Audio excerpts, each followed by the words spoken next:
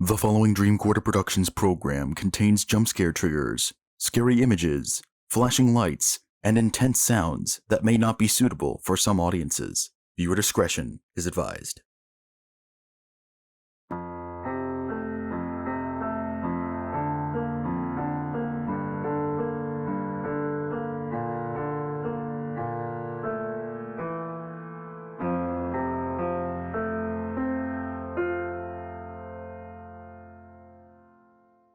Hello there, my name is Alexander Griffin, and I am the owner, CEO, and creative director of Dreamcorder Productions. Today we're going to be doing something quite different than what we usually do on this channel, for the reason that we are looking at a video game. Now, you might be asking yourself, Alex, why are you talking about a video game on a media channel? Well, it's because video games are media. Especially video games today, they have been influenced by movies and television, and I want to see to what extent, specifically with one of the most popular games on the market today, Poppy Playtime. So what's going to happen today is I'm going to be going through chapter 1 of the game, and I'm going to be offering you my thoughts as to how this could be recreated both as independent filmmakers could do it, but also the developers of this game have announced that they are most likely making a movie out of this game. So it could be how indie filmmakers could make it, such as DCP, or how the studio could make it. So let's go to Chapter 1, A Tight Squeeze. As an ex-employee of Playtime Co., you finally returned to the factory many years after everybody within disappeared. Now we can already see there are several different possibilities that we could have for this shot alone of our boy Huggy Wuggy. From this shot, I can see we will most likely need a low-angle camera with a wide-angle lens, a moderately low ISO, and a very low f-stop, probably ISO 400 to 800, maybe even I would say 400 is better, and an f-stop of 2 or 1.4 to be able to get that blur in the background. We're going to have some backlighting and some ambient lighting around Huggy to make sure that he's fully lit. That's the best way that I can create that scene in my head in terms of, indie filmmaker techniques. Alright, so let's get started. And the cutscenes here are quite important to analyze, not just in terms of lore, but also for how they were made. You are about to see the most incredible doll ever invented. Her name is Poppy, and she is the first truly intelligent doll in the world. Like a one light. A little girl can talk to her. Poppy gives her answers. One light. She is the first doll actually able to have a conversation with a child. High contrast. Hard to believe? Just watch. I can't tell if this is real life or animation. This part right here. I think it's a combination. And she talks like that's real life. That's live action. My name is Poppy. I love you. Can you help me polish my shoes? Why, of course, Poppy. From the Just blending like modes here, it looks like they used Thank you. either DaVinci Her hair Resolve is sturdy or and won't Adobe come out Premiere when you Pro brush and it. After And Effects. smells just like a poppy flower. Is there anything else you'd like to say, Poppy? I'm a real girl. Just like you. What's the time? Playtime! Yeah, it seems like it was And Adobe if you've Premiere ever Pro and wanted After to see Effects. how all of the nation's favorite toys were created, Playtime Co. is now offering factory tours at just $2.99 a person. Yeah, the shadows An entire are. hour in the most magical toy factory on Earth. The shadows What are you remind me of waiting for? Premiere Pro. Come.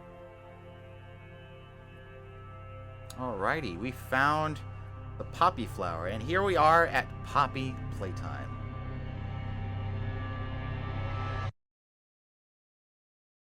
Everyone thinks the staff disappeared 10 years ago. We're still here. Find the flower, and that's a vintage Poppy commercial. Honestly, that already works as an establishing shot, so I don't need to say much about that. So in case you didn't already catch on it, I have played this chapter before because I wanted to really think about how the game design could be recreated in real life. For example, even this scene here. You see these tube lights here. They could be recreated by the actual things, but also with some softbox light just pointing down. Same thing up here. The hard light from the outside. If we were to recreate that on an indie filmmaker set, cuculuruses and then some skylights, or we could actually build a set and have some fake light above if we didn't want to use the Cuculurus approach, but either way. Let's go over and look at the tape.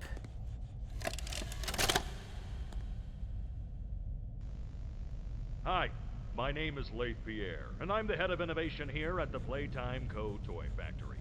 If you're seeing this, then you're trespassing. Yeah, we play this little tape on loop whenever we close the factory for the day. So, trespasser, just to make you aware, while we pride ourselves primarily on our high-quality toys and excellent child care, we also pride ourselves on our security. Apparently. For example, this facility is full of hidden motion triggers, which, once set off, will turn on the factory's emergency alarms and directly contact the authorities. Goodness gracious. And that's one of the more tame aspects of our security system. No spoilers. All right. So, you've got my warning. It's not too late to turn around. I just hope that you're certain whatever you're doing is worth it. It is. Despite what you may think, Leith Pierre. Yeah, so this wasn't too difficult to make either, I can imagine. Literally just a still of Huggy's hand with an overlay in Premiere or After Effects, either one. Maybe a screen or a lighten or an overlay blending mode. But pretty simple stuff. Eat healthy like Braun. Playtime Co. Cafeteria recommends daily intake of 4,000 calories. If we were to see those posters and to see those little descriptions, the camera might start out like panning and going across and then cut to that disclaimer description. Also, the gift shop is a really cool place to start out, especially if it was like a Marvel credit style opening sequence. You got a train up here, green, pink, yellow, red. And we have to take those colors. That also might be a shot to include if we had a protagonist that was looking around for a way to get into that door over there with that key code, with that color key code. Something to see that and to further the exposition and the dramatic action. Poppy wants to play. And yeah, no special message here, just Poppy wants to play. That could also be a great credits scene. Alrighty. Honestly, every single place up here could be a great part to have in the opening credits if they decide to do the why do I see we but they, but it could be we or they. Doesn't really matter if I decide to make a Poppy Playtime short film, but if we have all of these places up here as part of the opening credits, if we decide to go that route, it could really, really add to the tension. Because we haven't even gone to the factory yet. Grab pack training.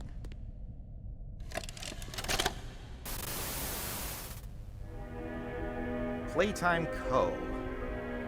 The Grab Pack. Tighten the straps. Yeah, again, Premiere and After Effects, but also some 3D.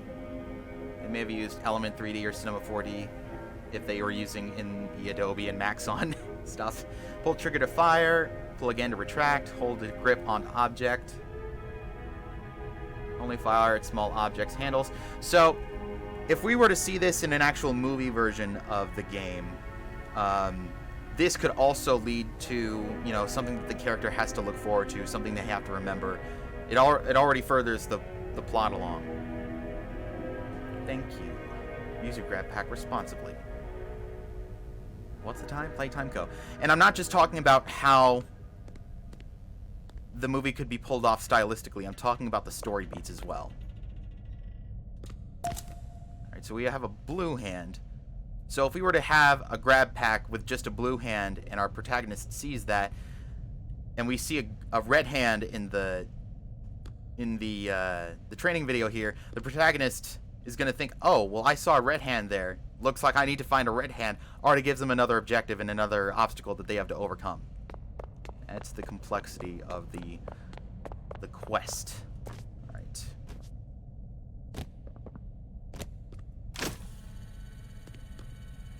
And even just having that little pad there for the hand, just goes to show and goes to create some of the lore of the world. If those were there, some just random Joe couldn't open the door with their own actual hand.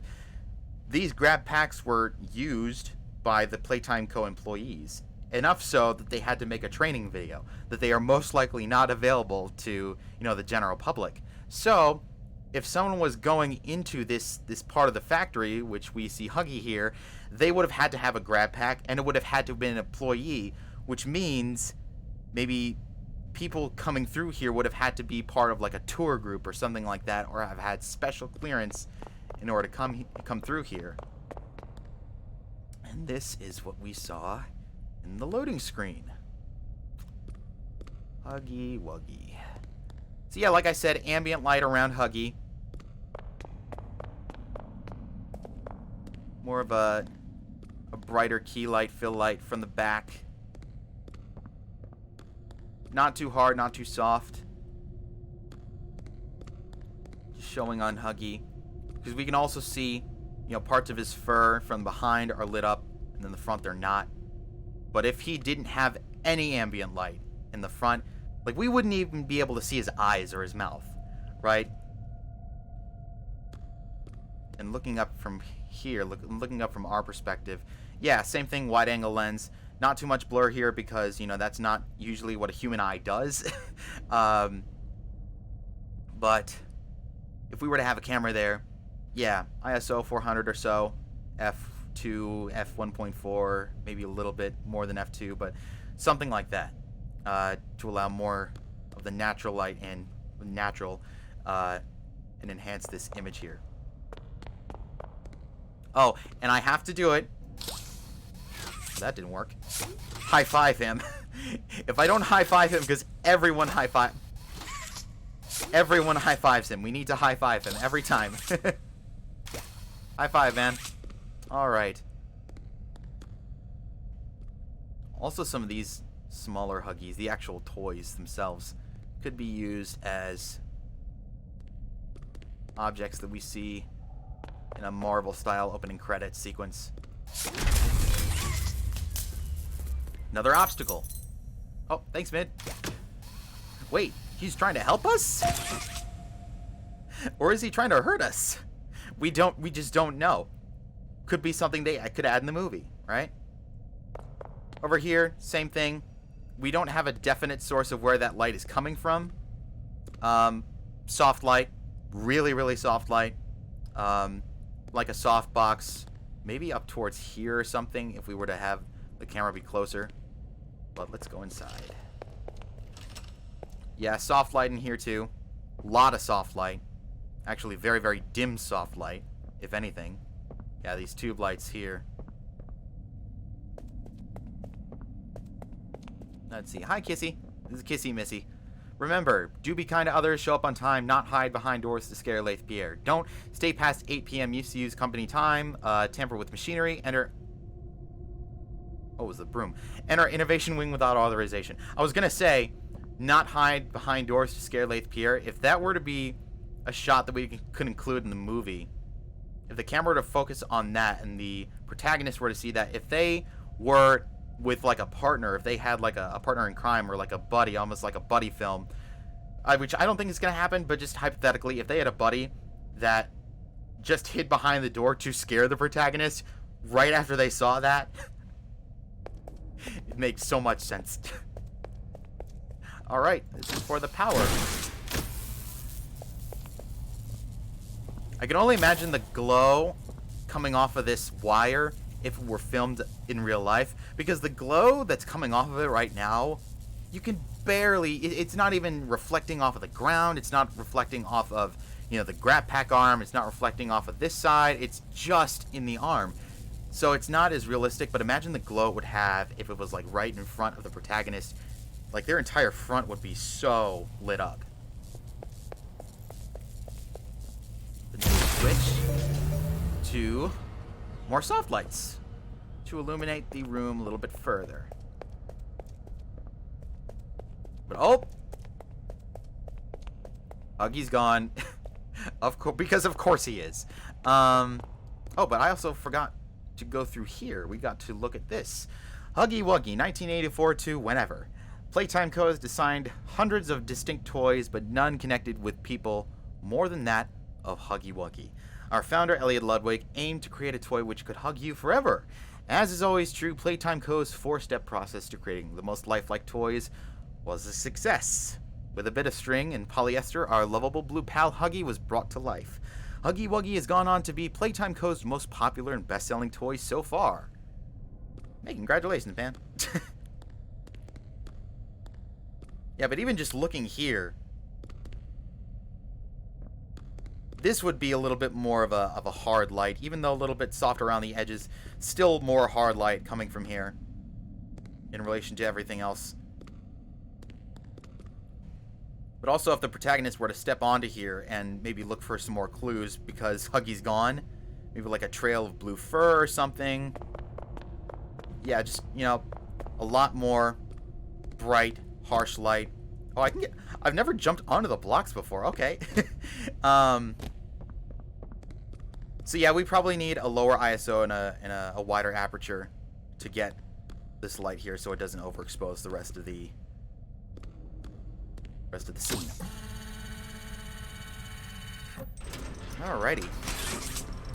Make a friend. Hi, Candy Cat.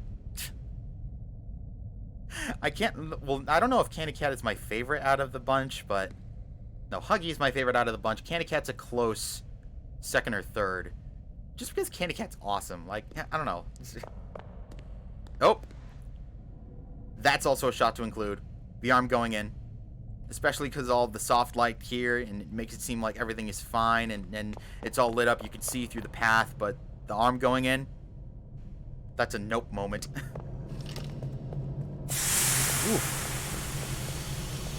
Yeah, a lot of backlighting if we were to go through this shot and back up through it, following the protagonist, and that little steam jump scare would come in. Backlight. And also lights coming down from the bottom.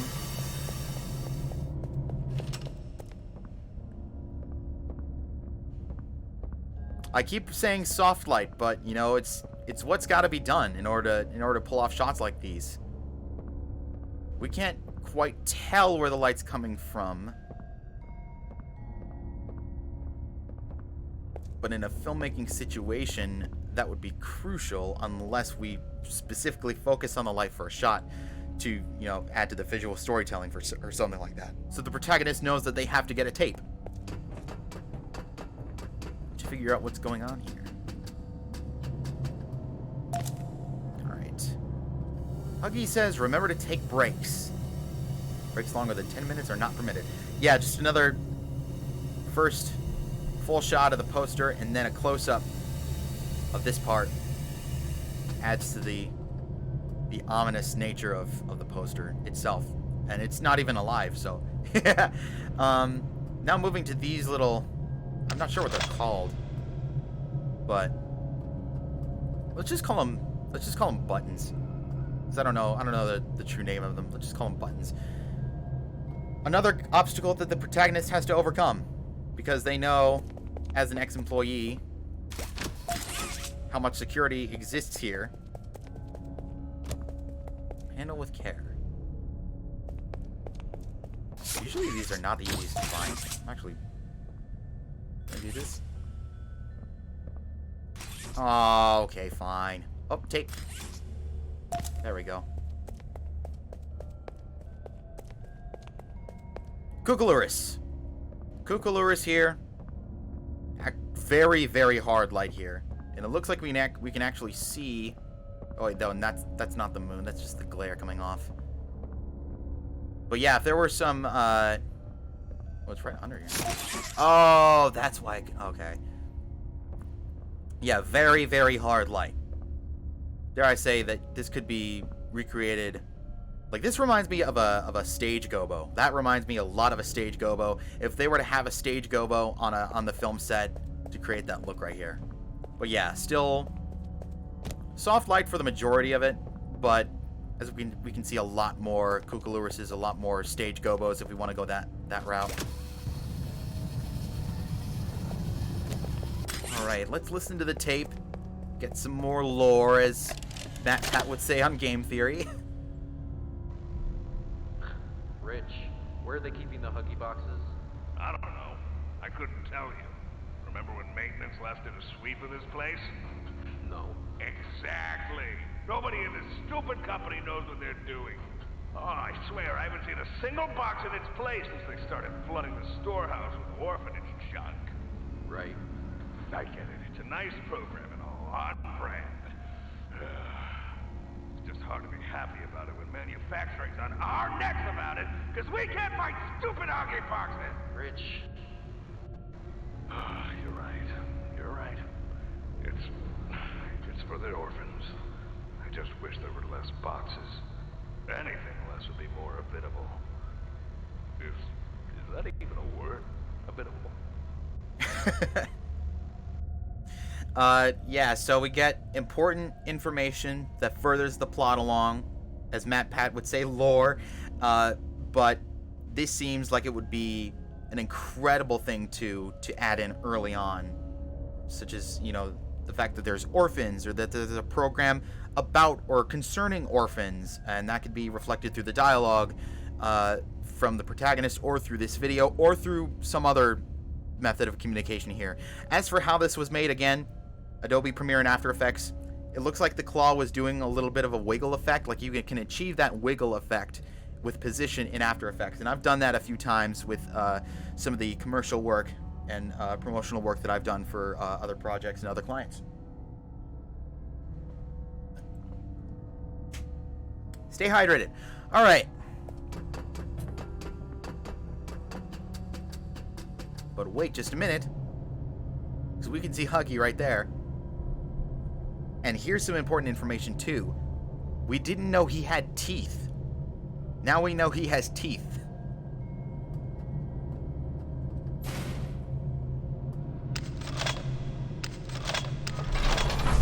I know that might not seem too important, but it just goes to show if a toy was made with teeth, it's not too friendly.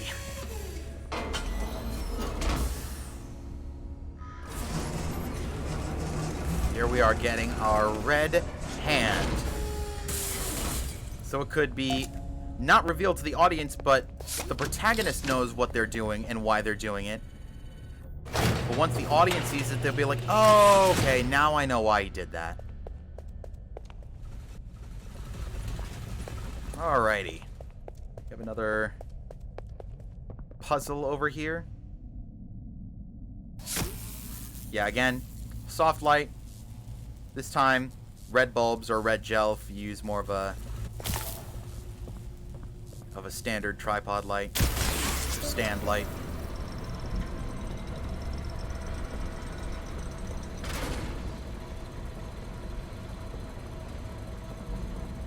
This also could, yeah. Again, down here, with those lights, they look just like... Oh, hello. Forgot about that one. Lights pointing up from the bottom. A little bit of side illumination. And then the alarms.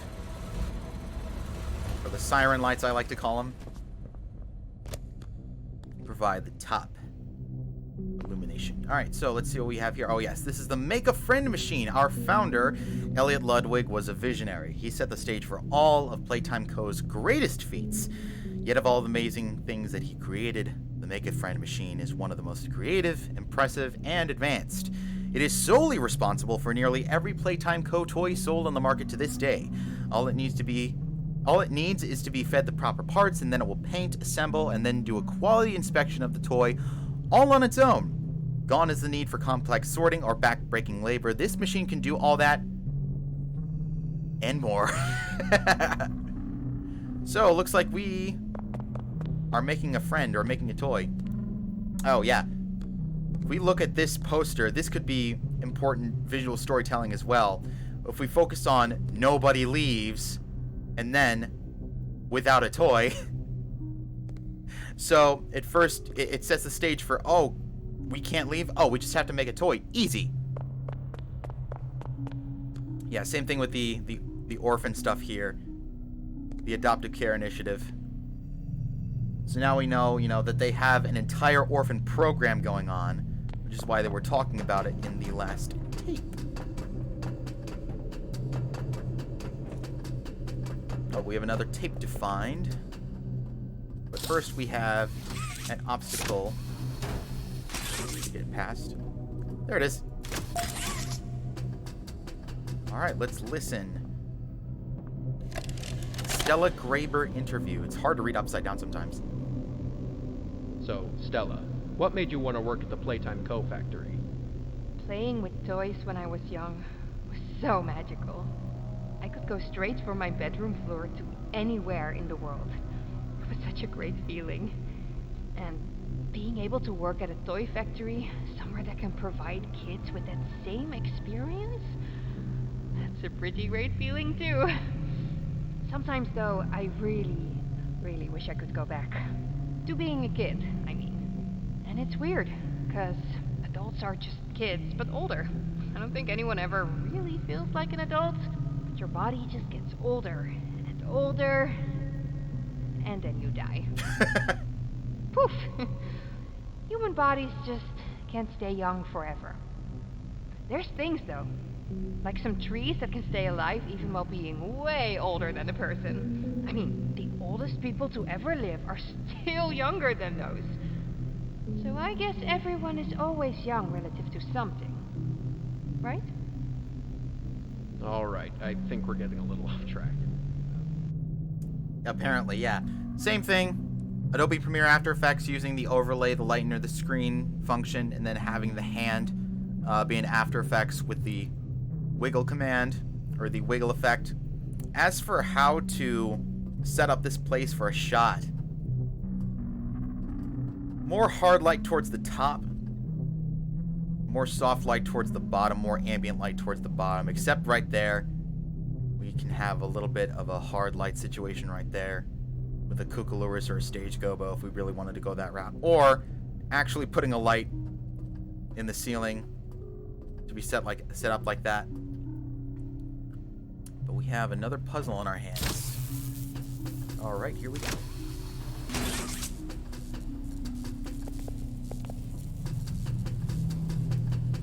Alright. Going through the electricity, I could imagine if the protagonist hasn't done it for a while, they certainly could have some trouble, you know, getting back to the swing of things. I can imagine like a montage of them, you know, trying and failing, and then finally, getting back to it. Just a cool little sequence that they could add in the movie.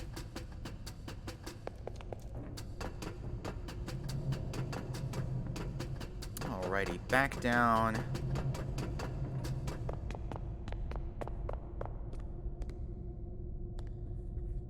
Yeah, the closer that those lights are to what they are casting on, the harder the light, the further away they are, the softer. So more soft light down here.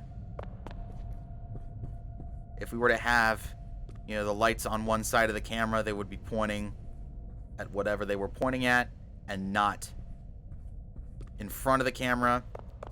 Sort of like right here. The softbox would be casting down onto it and then the camera pointing at it. But yeah, power on. Let's turn it on.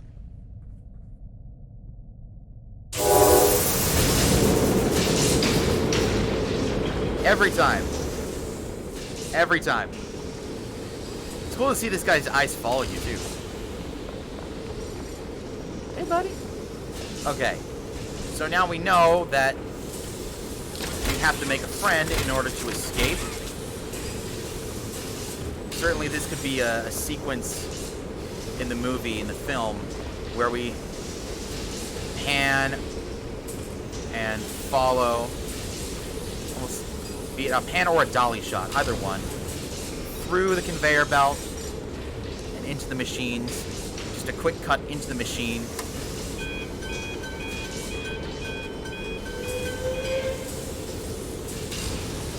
Oh, now they're painted. So a quick cut maybe to this. So first the parts were not painted, now they're painted.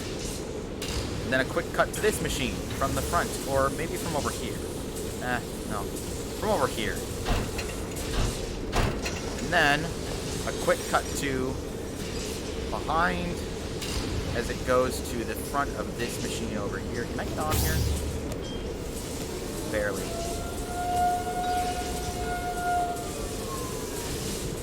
And then a quick cut to when it ends up at the end here. Because this sequence, it feels like it might be a little on the long side, but if it's done correctly, the whole thing can stay in. Especially if we were to have, you know, the protagonist watching and then just, you know, seeing the process happen in front of their eyes. Alright, nobody leaves without a toy. Well, we have a toy, so we can leave. Right? Well, the door is open. Again, no office lights. I keep calling them tube lights. I don't know if that's the right term, but office lights. A little bit on the softer side, and then keeping everything else of a high contrast. Until... Oh, hello. Okay, run. I know I'm gonna get, you know, some criticism in the comments if I don't let him jump scare me at least once. So, here we go. Cannibal!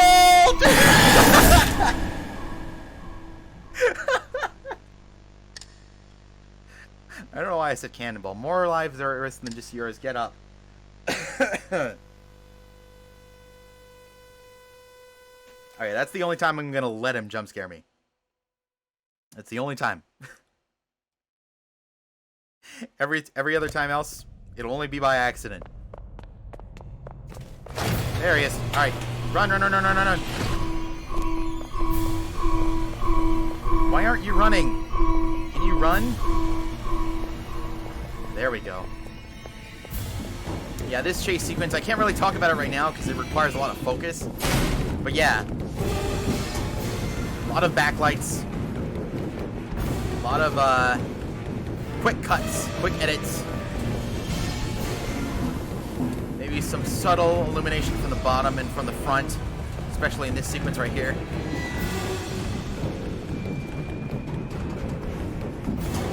I don't know if we could have this like flashlight or like this headlamp sort of POV for too long. Oh, certainly a shot where he does this. Go. Yeah, I'm trying to think and play at the same time, and it's not, you know, boding well for me in terms of how to go through this scene. I should prioritize on this. Come on. There we go. And then a shot just like this to watch as he falls into the abyss. I actually think I nailed that sequence pretty well. A lot of backlighting, a lot of side lighting. Maybe some low angle lighting from that. A lot of contrast, so we can't see too much. Adds to the tension a lot more, and a lot of quick cuts, quick edits. In here, a lot more soft light, hazy, especially if we were to have the fog from below us, because that seems like a never-ending factory below us right there. So I actually saw in a video by Film Riot, they talked about haze in a can. So if they were to use haze in a can in the movie, if it was like an indie filmmaker movie, absolutely that would do the job. It could either be computer generated or it could be a practical effect. Either way. But here we go with the last tape. Final log in relation. Experiment 1006. The prototype. Coordination and cooperation is evidently within his skill set, as well as the skill set of all other experiments of his type. Though still missing, today's events are no doubt in relation to him. His absence was a flaw in the scientific process, which should have under no circumstances been left unaccounted. You're just realizing this now? That's why I'm making this log, so that the same mistake won't be made twice. Any future experiments will need to be contained and disposed of in a secure location. I'm not worried about myself. One breakthrough and I'll be back. We must forge onwards in the name of science, whether those who are beneath us understand it or not. End of... Especially if that was a video log. That would be very important information, but it's only an audio log, at least from what we can we can only see the claw on the screen. We can hear and make a scene in our head, but if we were to actually see what was happening there, that would be incredible plot enhancing devices, plot forwarding devices. But we've found the flower. And everything is telling us to go back. Yeah. Close-ups on, no, run, danger, turn around. Close-ups on each of these. And then the protagonist takes a sigh. I can see it in my head. Kind of a lowish angle. Medium close-up. Just... here I go. And then going in. And then the vibe totally changes when we have these practical lights with kind of a, maybe like a 400 or 200 ISO, maybe a 2.4 f-stop.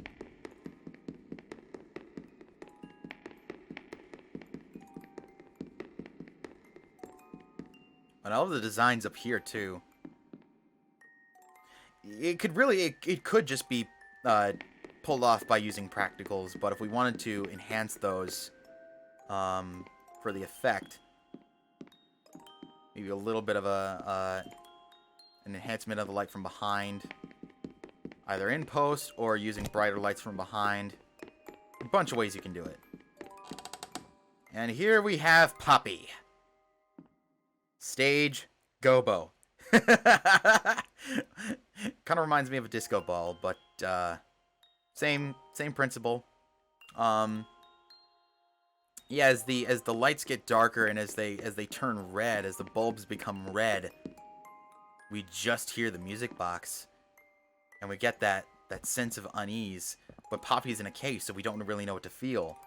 So especially if we were to have like a slow zoom in, that could be really cool for both the studio and the indie filmmaker. But we have to open it because it has a handle on it. So here we go. Hi, Poppy. You opened my case. I did. And that, my friends, is the end of Chapter 1 of Tight Squeeze! Poppy Playtime. I hope you enjoyed this playthrough, and I hope you enjoyed my commentary. I tried to represent my vision, at least how I would envision this game on the big screen. Of course, I imagine the studio is going to throw at least a little bit of a curveball in there to make it at least a little bit unexpected. But there are a million different ways that this could go. If you have suggestions for things that I may have missed or scenes that they could add that you've been influenced by from watching this game, go ahead and leave it in the comments. Tell me and let me know your thoughts. What cameras, what lenses would you use? What ISO? What f-stop? How would you set up the shot? What kind of lighting would you use? All that sort of stuff. Leave that in the comments below because I'm curious. All right, so let me know about that. And that's the game. At least Chapter 1. So, my friends, thank you very much for watching this playthrough of Poppy Playtime, video game analyzed by a filmmaker. If you like this type of video and you want to see more of this type of video, please be sure to leave a like and comment down below. Also, please be sure to hit subscribe and hit that little gray bell icon so you get notified whenever Dreamcorder Productions posts a new video. Thank you very much for watching today's video. My name is Alexander Griffin, and I will see you next time.